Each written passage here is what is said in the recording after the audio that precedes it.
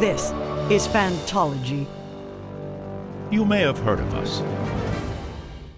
What's up, Atari, and welcome back to another episode of the Fantology podcast. Today, I will be your host, Jake, and I'm here with my lifelong friends, Ben and Josh. Welcome. Yeah. Hey, nice to be here. Yeah, it's almost like a Jake and Josh mess around, but it's like I feel like I'm Jake and intruding on Josh and something right Josh now. mess around. Oh, you're not intruding at all. I feel You like I am the though. You guys No. have the I don't No. know, You the just gotta chemistry. read more horror books. yeah. That's I- usually when it's just us. Huh? It's funny because I always do read them. It's just after you guys. Because I'm always like, ooh, this looks good in Libby, but you guys by that time you guys have already like read it. So That's a very real thing that's kind of hard with Fantology having 5 hosts. I mean, yeah. yeah, like I missed the bandwagon on a lot of series. Like I read First Law after I think everyone else had already. And I missed out on Poppy War and Jade City. Like those are ones I still need to read. Anyways, it's interesting how like we're all kind of filling Yeah. gaps. It's tough too because it's like once you kind of miss it, then it's like I want to read this, but like do I have You have time to to read stay it up- with like stay a up on your recording reading. schedule? Yeah. Yeah. So And it's like if I'm gonna miss the episode, then it makes you prioritize something else in the reading flow. Yeah. right. So it is kind of interesting because sometimes I'll just like kind of read it in between things, and then you guys are like, "Oh, like Ben hasn't read that one." I'm like, actually, I did Yeah. read it, but yeah. Josh missed I- the boat on Hyperion over there. He did. Well, He did. actually, He Oh, attempted. no. Did you finish no, it? I don't. I have like one more story left in it, but yeah, it was again one of those things where I wasn't going to make the See a recording of perfect it, well, well so- actually moment right there. Yeah. Yeah. I don't think we've said the book we're reviewing today. It is A Darker Shade of Magic by V.E. Schwab. Got that little hint with the what's up, the Tarai. But Yeah, we kept you in suspense. yeah. Yeah, so we read it, and this is a rare occurrence having just us three on. I feel like this is a combination, doesn't happen a lot, but I'm excited to review it. It's Yeah, funny that this we talked about missing the boat a little bit, and I feel like we all kind of missed the boat on this Oh, book. yeah. Like apparently this was all the like the biggest airport book or whatever, like the book everyone was reading a few years ago. No, Yeah, I well, it remember- came out. When did it come out? Like 2017, 18-ish. Yeah, so it came out before we even started. yeah. Before that even, because I have the summary here, and the summary was posted April 6th, 2016. So Okay. Yeah, it came out in 2015. 2015. Yeah. I remember- I do feel like this is a book where I was like, oh, what book is that? And then you like described the title to me. I'm like, oh, I've seen that book everywhere. Like it's been on a lot of lists. It's been a lot of like, Yeah. but I don't think I've read anything else by V.E. Schwab. No, I haven't. So Yeah. I heard of it, I think in that 2017, 2018 era. It was on somebody's like top list of books, and the premise was really intriguing at the time. And yeah, I don't know what I take what that things back. were in I did, motion. yeah, I did up? read The Invisible Life of Addie LaRue by V.E. Schwab. I've heard of that as well, but I haven't read that. Yeah. Was that fantasy as well? The title sounds It's familiar. it's kind of a similar. It's like a Faustian type book where a woman makes kind of a deal with the devil and lives forever type thing. So it's a cool book. It's a little bit more of a romance than what I like. I don't think I loved it, but it was fun. Yeah. It is Well, also interesting, just kind of keeping in the like framing in the time. It is kind of capitalizing on that whole magic system trend that I think was popular more so in the 2010s, and it has kind of fallen out of a little bit of favor. A Darker recently. Shade of Magic Yeah. is yeah. Yeah. Yeah, We I'd can say talk about that later, but yeah. The magic we can I mean we're still in the non-spoiler section. We'll let you know when we jump into some spoilers, but I would say the magic is not I thought it was pretty soft, to be honest. Yeah. I know I think it's okay. I should say But- it might be soft in some aspects, but it's still like a system. I don't know. um There's so the premise is that there are basically just like a multiverse, um, and there are certain aspects of worlds that are consistent across, and those are kind of nexus points or something like that. So anyway, some people with magical talent can move across these different Yeah. worlds. And in this book, it's mostly focused in London. So there's different Londons, and the worlds are named after colors, which is kind of why the title is what it is. But there's a white London, a black London, a gray London, which is like the mundane London without magic, and then a red London where our main character is from, Yeah. which is like the more magical, the most magically utopian place there. And by no means is it a utopia, but and then there's some shenanigans across worlds.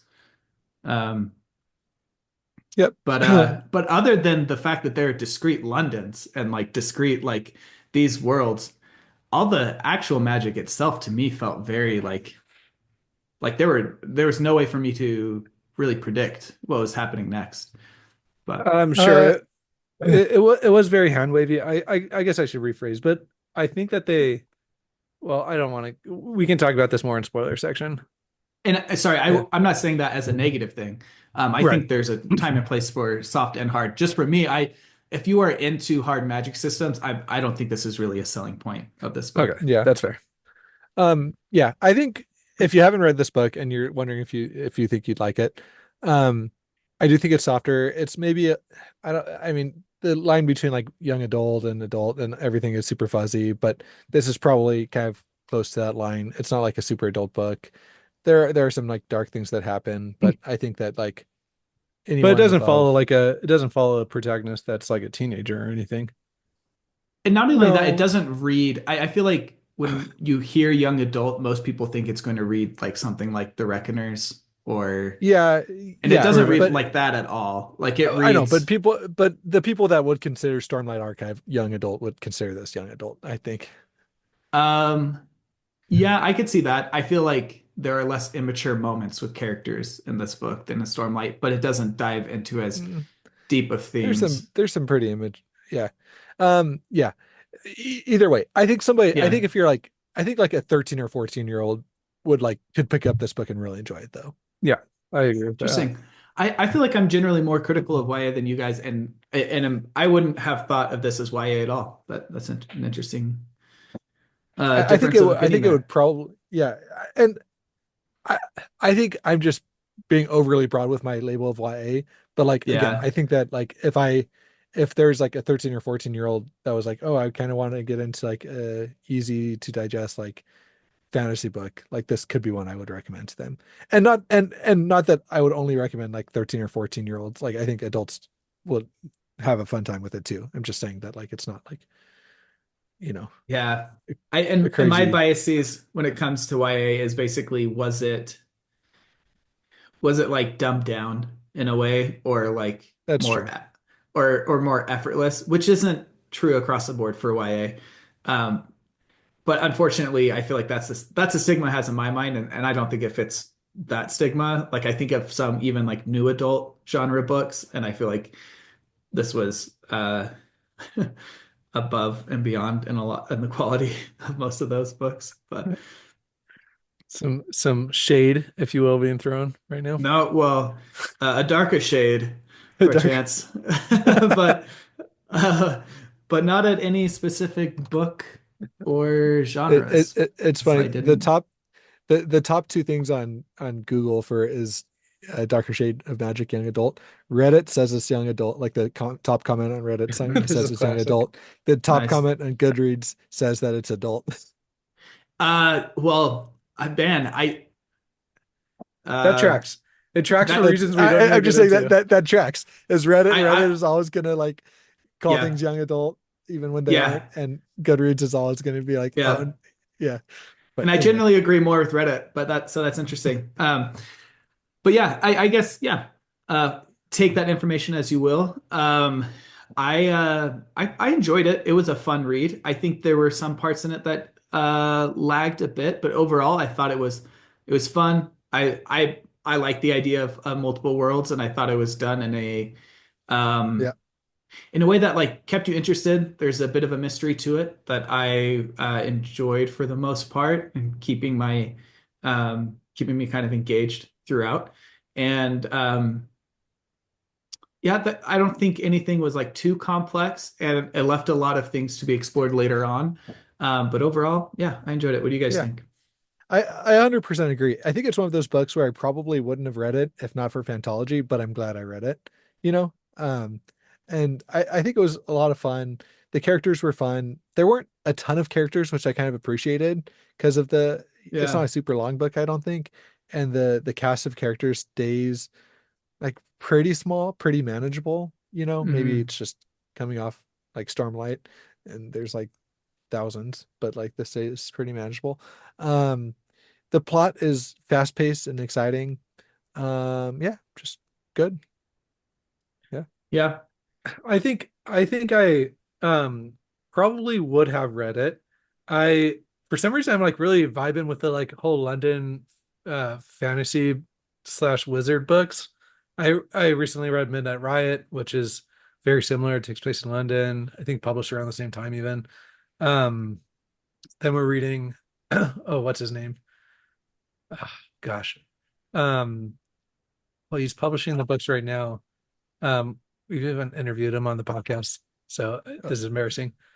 Um, but yeah, it's another series that takes place in London. So I was kind of like, this book kind of scratched a similar itch to me, kind of like Josh was saying, a simple, fast-paced book that just kind of is a fun like romp through London. So I appreciated it. Yeah, it's something I had wanted to read, and like we were saying earlier, it just somehow slipped through the cracks. Um, so I think I probably would have ended up reading it at some point. I do think us reading it now was driven by you, right, Ben? Like you were interested in reading more of these like urban-ish fantasy. Yeah, I I think think that was Josh actually started it I before think that me. was me. Yeah, Oh, was And that Ben, you? Okay. by the way, it was Alex classic Ferris, twinism. uh, Alex Ferris. Yeah, by Okay, Benedict Jacka. you call Yeah, that a twinism, but literally everything I just said was piggybacking off of what you had just that's expressed. true. So I knew that um, someone had expressed that, and then we read it, and out of the like you were the two left. Come That's on, right. You man. just yeah. took a guess. Yes, It, Josh. Alex Varys, Inheritance of Magic. That's the series that I'm looking the for. new one, yeah, yeah. I was looking for a book like that. Um, kind of. Did it I scratch was the looking. itch? Not really. That's the thing. Oh, I'm glad I read it, but I was kind of looking for more of like a periodic or not periodic, episodic? serialized episodic. Kind Yeah, of like a Dresden. like a Yeah, Dresden. Like I was reading The Rivers of London. Like I started book two and I just wasn't vibing with it too much, I haven't and read those. so That's so the that's Midnight Riot. Rivers of London. Same thing. yeah, Midnight Yeah, I haven't read Riot. that. Yeah. And so I DNF'd that one, but I still wanted to kind of read something that was kind of chill and fun and kind of had a cool city environment type thing. And so we latched onto this one, and yeah, it didn't really scratch that itch, but it was still a fun book. Yeah, I agree, or I can understand why I wouldn't scratch that itch.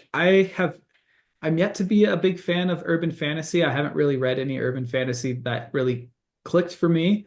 And this book didn't feel like it had any of the negative things I associate with urban fantasy. So I don't, other than the fact that Interesting. it is in a city, I don't know if I would really classify it as urban fantasy, from Yeah, my because perspective. I don't feel like the actual city played like a big role in it, if that makes Yeah. sense. I feel like one of the hallmarks of urban fantasy is the city is like, oh, we're gonna go to cool parts of the city and have fights in them or use the public transit to get around, or I don't know, just kind of like almost like a day in the life vibe sometimes. It felt more like a less literary version of Jonathan Strange and Mr. Norrell by Susanna Clark, if you guys have read that. Uh, It feels like it takes place in a similar time period. You're in London, there's magic. Just in terms of that vibe, where it's like, yeah, you're in a city, but it doesn't really feel like urban fantasy in that sense. But uh but yeah, it I think you'll enjoy this book like we've said. It's like a faster paced book. There are some cool bits of world building I liked. They don't get explored fully. I don't know how much they will in the next books, but it doesn't seem to be the type of book to like you're not going to get the Stormlight level of world building payoffs is my prediction for the series. Like it doesn't feel like it's that type of Yeah. series. But My guess is um there will be a few big payoffs, of like, oh, yeah. that makes so much more sense now. And that's kind of how it was in this book, is there were a few things that kind of kept the plot going, drug the mystery along, and they got paid off fairly nicely, I think. But Yeah, I think the biggest critiques I had of this book was there was a little bit of lag in the middle. Yeah. And then some things just didn't have as much time as I'd want for them. I felt like uh the ending was resolved faster than I expected. I was expecting a little more conflict there. And then there was some backstory stuff that was brought up that ended up serving only to be like backstory motivation that I thought would be more of have more of an intricate part into the plot. We can get into that when we get into the spoilers. And I think if you're in a more epic fantasy, those things would then tie into plot points later on and still drive character motivations. But um, it seemed everything seemed to be just a little toned down in terms of the complexity, while still balancing a pretty good, interesting uh, bit of magic and multiple worlds, dimensions, parallel, whatever you want to call it. So should we give our ratings and then jump into spoilers? Yeah, sounds good. You want to start us off, Ben? Yeah. I think I'm gonna go 6.5 out of 10. I think that I enjoyed it. Uh I have not really felt the need to continue on in the series. I picked it up 2 or 3 times and put it down. Um, but I'm glad I read it and I would recommend it. So I don't know. That feels like a 6.5 to Yeah. me. Josh? yeah, I was thinking around between a 6 and a 7 too. I if you go high, I would go. I want to even it out. So If you went I'll go high, I would 7. say no, no. I would.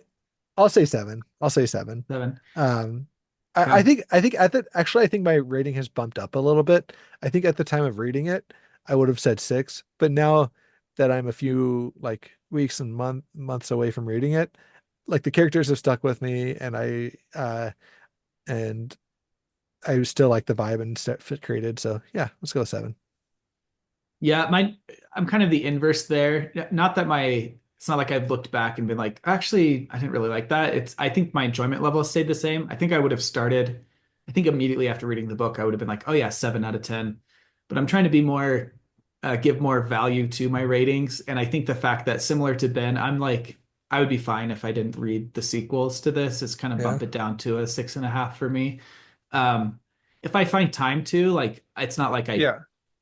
it's not like I'm choosing not to. It's just like there's so many other things I They're want to not read right getting bumped up now. on your TBR. Like Yeah. if I'm in a reading slump, I'm like, oh, and this happens to be like on Libby, I'll be like, oh yeah, I'll start listening to that. But Yeah. like I have other things that I want, so many things I want to read right now that, you know. And the first book does end on a like kind of a note of mystery where you're like, oh, I know this is going to be explored in the next There's book. there's a door that's left pretty wide open, if you know Yeah. what I mean. Yeah. But uh but yeah, that's still not enough for me to be like, I need to read the next book right now. So yeah, so I think we can say it's about a Between a 6 and a uh 7. I think that's a 6.66 if you average those out. Ooh, Um, that's a rough score. It's a rough yeah, score. it is a number for sure. It is one of the numbers out there. All right, so we're gonna move into the spoiler section. Yeah, I think like the main things I want to talk about is I really liked the multiple Londons and like the backstory of Black London. being devoured by like not being able to hold back the magic, like they let the magic control them. And then Red London is supposed to be this balance, and White London is the opposite. Like they're doing everything they can to control the magic because they have the threat of black magic. I thought the idea of the fact that the planes, like it's a multiverse, but it's more like planes where they are positioned Yeah, in the ether or whatever, is an interesting that was cool. dynamic of it. So it's not just like, oh, we're different like split versions, but instead they're like one is closer to the calamity at hand. Um, Yeah. but at the same time, I was kind of disappointed that like it seemed like the Black London downfall was what was spreading throughout with those people with the black eyes and everything. And then it seemed like that wrapped up too neatly at the end for my taste. Yeah, I'll agree with you. I really like the fact I don't think that we've ever, at least I haven't really seen a multiverse that is actually like you can wrap your head around it completely. And not Mm. only that, but like you're saying, it does kind of play into the overarching conflict of like, yeah, you have like the black versus white versus red versus gray, like and the Yeah. order that they're in. I really thought that that was unique. And it really does, because most of the time when like a multiverse or different dimensions are introduced, I just don't really like it. It takes a lot of work for me um to really kind of accept that, because I'm like, well, then nothing really matters. You know what I mean? And knowing nothing matters makes life okay. Sorry, that was Like a like wicked reference. like you feel like it's the multiverse, introducing a multiverse can lead to a thing like Rick and Morty, where it's like anytime they screw things up too much, they'll just find one of the infinite multiverses that has everything not screwed up, but then they happen to all die in that world, so they can just like Yeah, it go kind in of and like face no consequences to anything. yeah, it kind of cheapens it for me. Slash, it just it makes it ma- like from a storytelling perspective, like you're saying, it gives everybody like too much of an out. Um, it's it's like why I it's kind of why Loki kind of fell flat to me a little bit too. Even though I really liked the first season, it just I was like, this is just too much. But what I'm saying is that this book kind of bucks that trend, Yeah. and I really like that aspect of it. Yeah. I disagree with the whole. I like multiverses. I think they're fun. You I think that they son of can. I think that they can be done. You know, done poorly or done well. But yeah. Yeah, but when are they I, li- done well? What's an example of doing it well? I think Loki. I Deadpool, think Loki. Wolverine, Yeah, Deadpool. I think. Days of Let's Future see. Past. Yeah. I'm stuck in Marvel right now. Rick and Just Morty does it really well. Um, Interstellar. Interstellar. Spoiler for one of my favorite shows on Netflix. Maybe Don't spoil it, man. Don't Don't I spoil spoil won't it. it. say it. Don't Don't say spoil it. dark. I'm not going to spoil it. I actually don't know if that's the show because I've never watched it. Well, Dark you, Matter, maybe, but again, Dark Matter is one of those things that like I don't want to give spoilers for it, but like I mean, I think you find out in the first episode that we're kind of dealing with a multi-dimension thing. And I just didn't like it. Didn't like it at all. yeah. Ben, I don't like your takes when it comes to TV recently, but I haven't seen Dark Matter, so I don't know how to take this. I agree with Josh. It can be done well. It can be done poorly. This is an example of it being done well, to Yeah. agree with both of you there. Um, I like the distinctness, like we talked about, and I like that um, it wasn't just like, oh, people made different decisions in this one. Like they are just actually completely distinct timelines that just overlap due to these like lodestone type locations. Yeah. Um, And there's ripple effects between the worlds, which is also cool. yeah, yeah. And I'm a sucker for world building that has like in the past there was this utopia and then a calamity happened and like now it's a doomsday and then it's like the Age of Legends Yeah, from you're Wheel of raised on Wheel of Time. Time. Yeah. Like yeah, like that kind of stuff like I really like. The one of the things that disappointed me, well, the thing I was talking about that was a disappointment and the simplicity was when Reese is the brother's name, or Rye, sorry.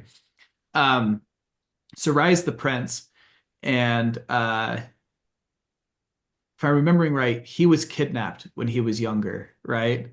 Yeah. And like that And plays in that has like character motivation implications for yeah, for Kel. Cal.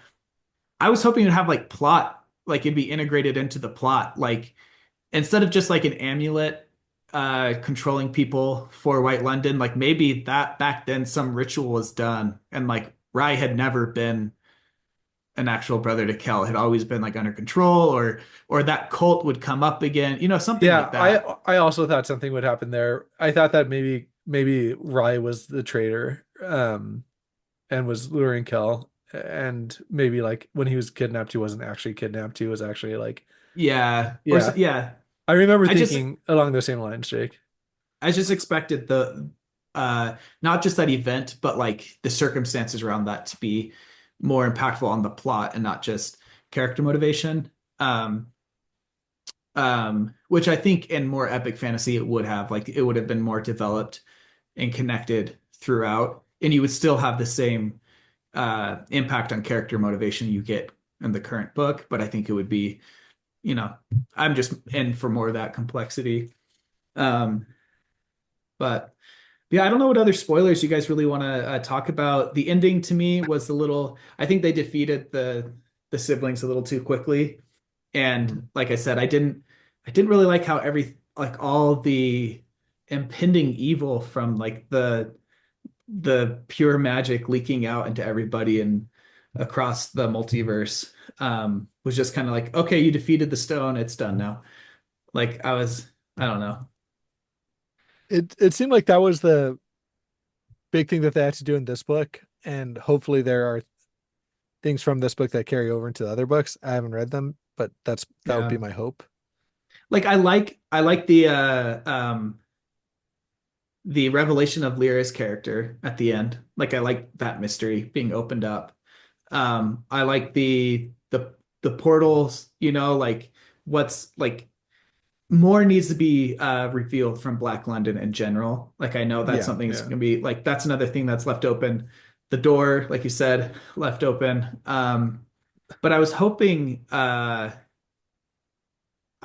there would be like along with those, like at the end, instead of saying like, oh, everyone is like back to normal, all those people who were possessed, like the possession's gone. I can't remember if they were just dead or back to normal, what.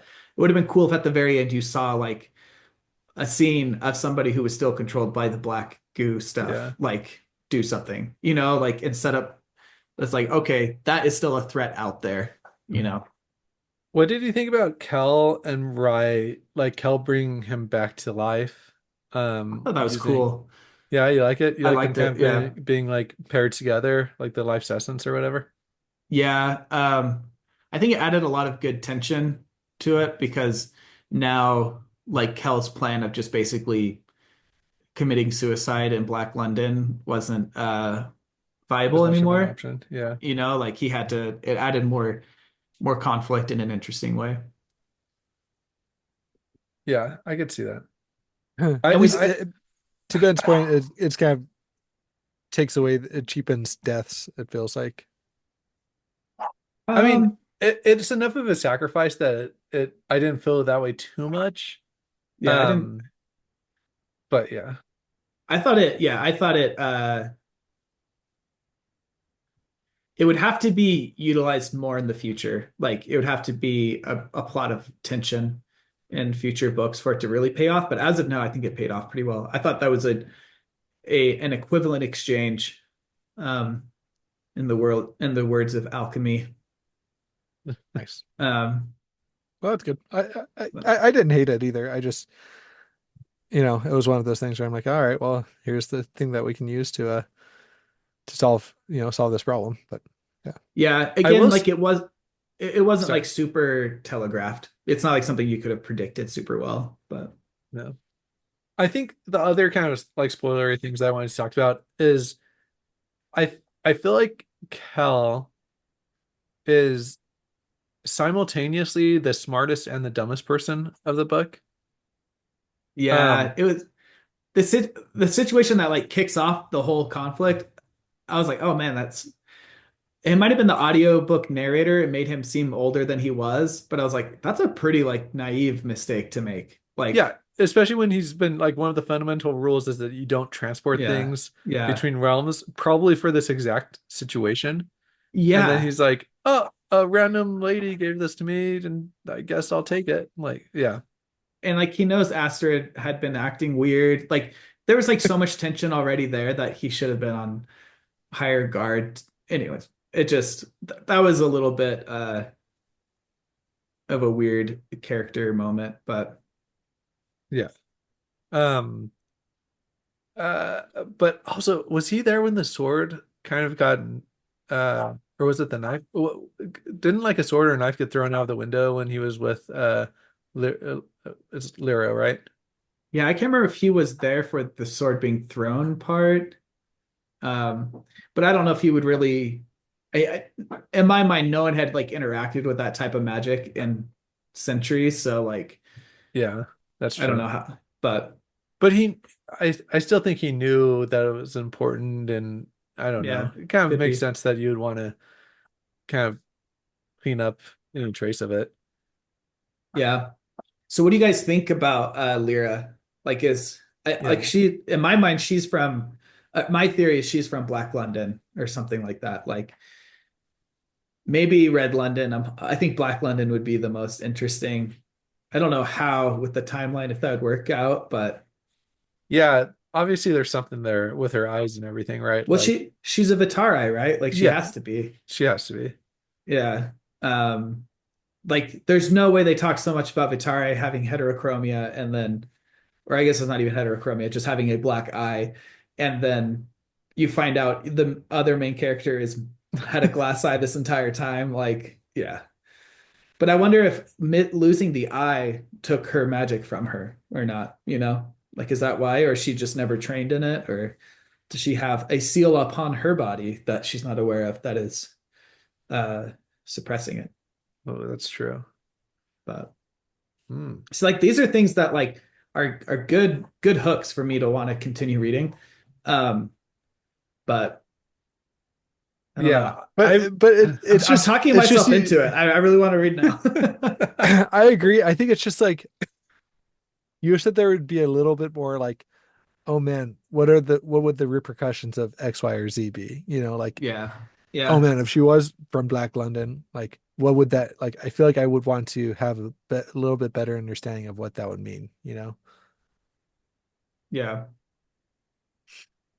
Um, One thing I did like was with books like this, you know that there's going to be like a collision at some point with the two main characters that you're following. And yeah. I liked how that turned out in this one, where Lila kind of kept on getting the like upper hand on him, kind of stealing the stone, and I've um, been saying Lyra this whole time. I apologize. It's is that definitely Lila. it's Lila, yeah, Yeah. forgive us, guys, but Forgive yeah, me. I probably said it too, but yeah, Lila, kind of utilized her pickpocketing skills, and uh, I thought Yeah. that was all really well done. Yeah. I like the I like that element of like random like this like randomness that makes sense of like how these people could interact with each other. Um as much as I like I don't like I don't know. I what I really liked about what had happened was that it seemed like she really was just like this nobody with this random happenstance, even though you do get a little bit at the end of her being, oh, you're much more than a random nobody. Yeah. But That's it. It's always a trade-off, right? Like how yeah, in order to develop your random nobodies, you kind of have to give them some yeah, important traits. yeah, Unless you're like Adolin. I don't know. Sorry, yeah. that's might be a spoiler, but And I love that I like the idea of a mundane, allegedly non-magical means a person is able to like get the upper hand on like a mage character in that way. Like hmm, it's kind of like a rock, paper, scissors situation, you know, like or another way to put it, like just a time and place for each person's skills. Um, yeah. but and they I thought they had decent chemistry back and forth with like him going back to save her, her going back to save him. Yeah, so what do you think But about the romance aspect of it? that didn't really land for me. It wasn't like it wasn't like, oh, terrible. It was just like I don't care for it one way or the other. Okay. But Josh, what um, about you? I'm interested because you normally are a harsh critic of romances in books. Man, I was so torn on this one. I feel like I feel like I either wanted more or less. I feel like what we got was just unsatisfying. kind of take it Does or that leave it for me. Yeah, it was like yeah. It was So like I have a you theory. didn't want to Oh, sorry. commit, but like you didn't want to commit, but you wanted it to be more than just subtext. Mhm. I don't know. Just that those are my thoughts. So I have a theory, and maybe friends from across the pond can weigh in on this. Just as mm, there's a British sense of humor that I feel like we don't always understand, or maybe we like as you consume more of it, you can kind of like get it. Maybe this is like a British romance, right? Like kind of this dry, um, like like kind of romance that have you is read kind of Pride in and that Prejudice or seen Pride and Prejudice? I've seen it, but That's yeah, a that's a, there's maybe some it's the British same romance thing. there. Did Yeah. this feel Pride and Prejudice to you? Uh Well, that's a romance. That's like a romance book. I know, I'm just This kidding. is a book with romance in it. Well, that's the epitome of British romance, right? So that's no, where I we do can know where pull Ben's our coming from experience though. from. I, no, I do feel like whenever I watch a British show or something like it is there's like romance there, but it's very subtext until it's not, you know?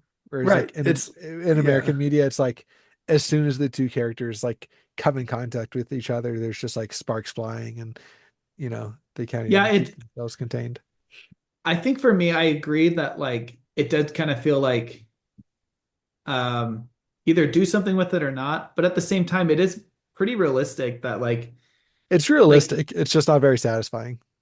Yeah. and to me it wasn't disappointing, not satisfying. It was just like, oh, okay. Like it didn't do anything for me. If it was there, it being there didn't bother me, but if it wasn't there, I wouldn't be like, this is building towards something. It'd be like, oh yeah, like in my mind, like that kiss could mean nothing.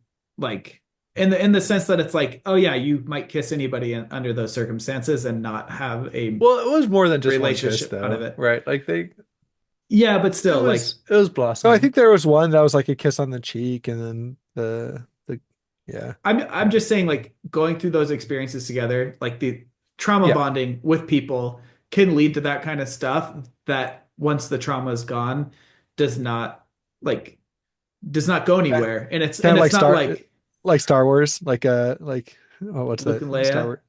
No, no, That's no. that's incest, Josh. No, the last one, the last Yeah. The episode Finn and 9. Ray Y- or No, Finn and The Ray and what's his Adam Driver. oh Ben Solo.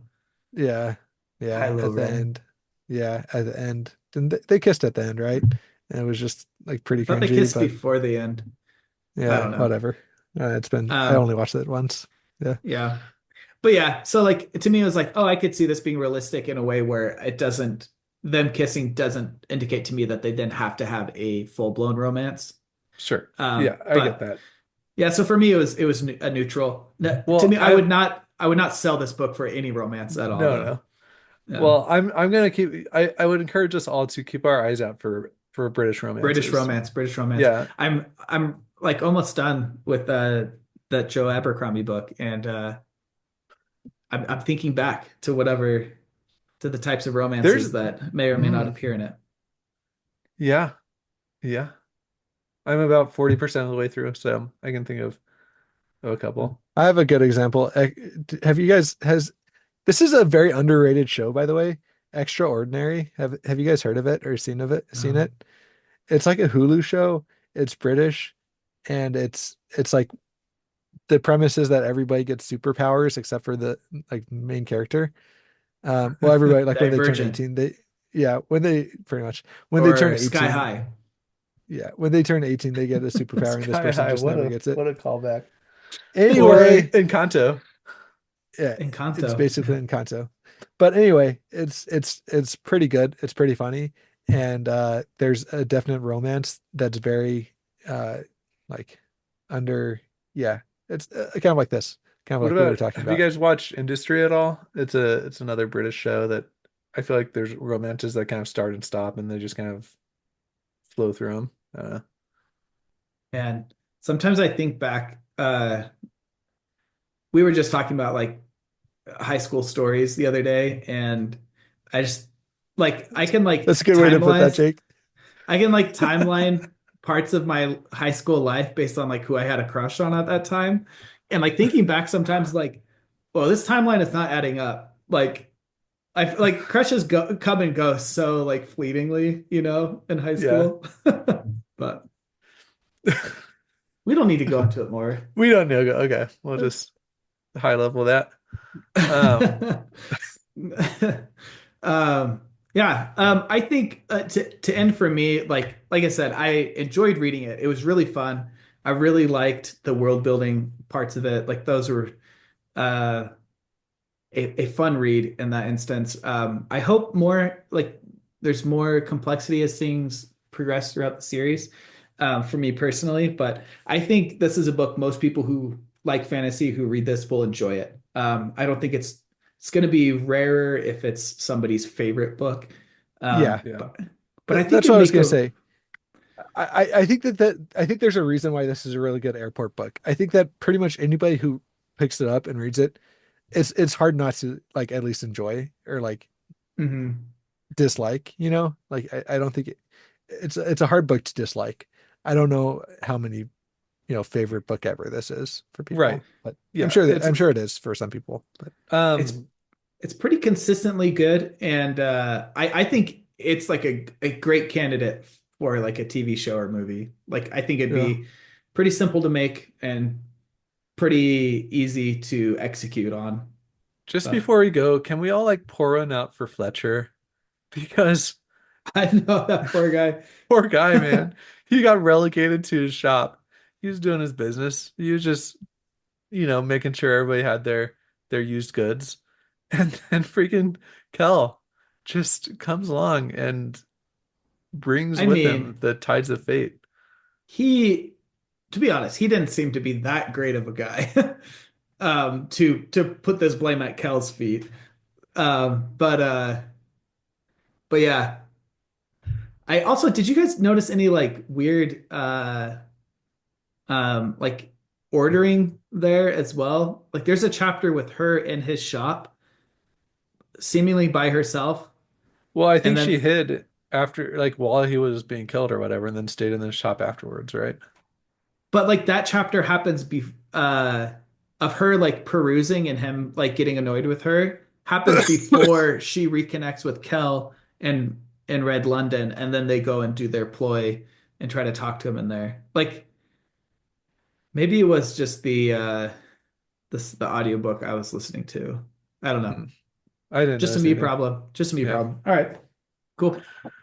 Yeah. Um, well, I think I'd recommend it if you have time. I think it's a quick enough read that people should give it a shot.